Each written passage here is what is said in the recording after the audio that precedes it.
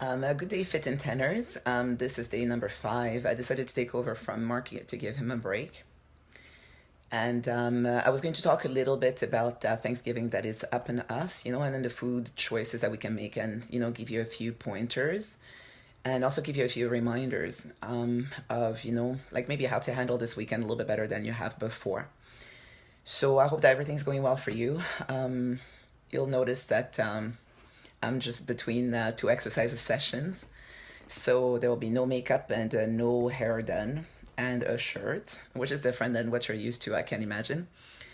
And just like I'm not going to sugarcoat anything that I have to say right now. So I wanted to talk originally about the fact that when you head towards a weekend that is going to be a little bit different, that you need to make sure that you eat all the amount of food that you're supposed to have all the time.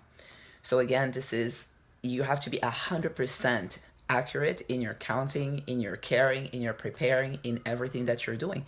And the fact is, if you already start to screw up, pardon my wording, as we're speaking, then imagine what it's just going to escalate into the weekend, right? So you have to be extra good when it comes to food and extra good when it comes to training. Let's talk a little bit about training. You understand that the program that was given to you is given to you based on the fact that you're going to be putting some energy out there, right? So again, something that works really well to, let's say, balance a weekend that is a little bit different is the fact that you're training and training for it.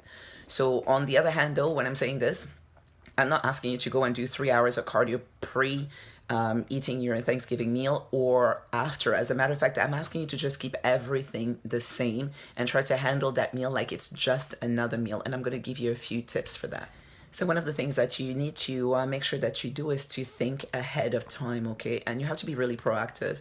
If you're invited somewhere, I'd like to encourage you to call the host and say, hey, I am on a diet and I was wondering what it is that you're planning on making this weekend. And then you take, for example, the beef and the broccoli she talked about. You think about the apple crumble, about the beef ball, about the turkey. It doesn't matter what it is. And then you put it in your food log, just a little bit ahead.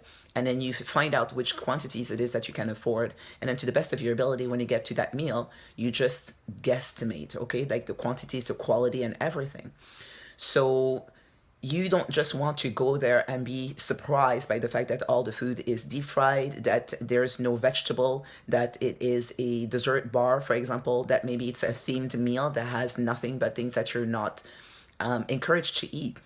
You don't want to go there and have not planned, for example, for a glass of wine or a beer. You want to go there and know exactly what it is that you think you're going to have. And once you get there, it's exactly the same thing, right? Stick to what you decided you were going to have. It's very simple. The next point I wanted to mention is I think that you should try to keep things exactly the same way that they usually are during the week. So I know I already mentioned you want to eat mindfully, you want to fill your food log, you want to drink water, you want to do your training, you want to sleep, you want to avoid stress. Those are things that we ask you to have all the time. Try to keep it the same. One of the worst things that can happen to you is and I know that stress is really not a part of something that you can really control, but everything else you can, right? Just make sure that you sleep enough. I mean, inadequate sleep or inadequate hydration is one of the first reasons why one would let go of their diet. So just make sure that everything is on point all the time, and it will be a very, very simple and easy and actually a really good night. When it comes to mindset, when you go there, I want you to remember to always be very strong about your opinion about the things that you're saying about yourself, right? You have to believe in this program. So if somebody says to you, oh, it happens to me all the time, for example, Martina, you should have this apple, and I'm like, no, apples are not on my plan. And of course, like the next question is, oh, how come an apple is natural and it's not going to kill your diet? And I'm like, it doesn't matter what you think, okay? It's not on my diet. I haven't planned for it. I'm not supposed to have it. I'm not going to have it. It's that simple. There's no peer pressure here. You're not 2 years old. And so I have a word of wisdom for you, from Aristotle.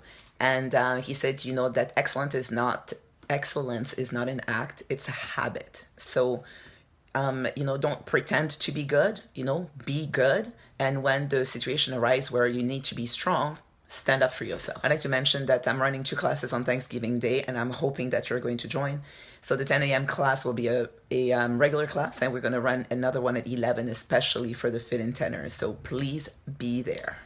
All that being said, I'd like to remind you that the reason I am so harsh is because I care, because I'm very passionate about what it is that I'm doing. And I think that essentially also the difference between Marka and I is the fact that once upon a time I was in your shoes. So I do understand the process.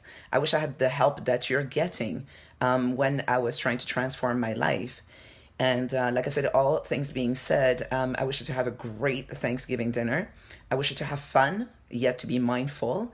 And that this is really the beginning for you of a lifestyle change, okay? You need to understand that you cannot work so hard for 7 entire days. So on the very last day, you can ruin it all through one meal.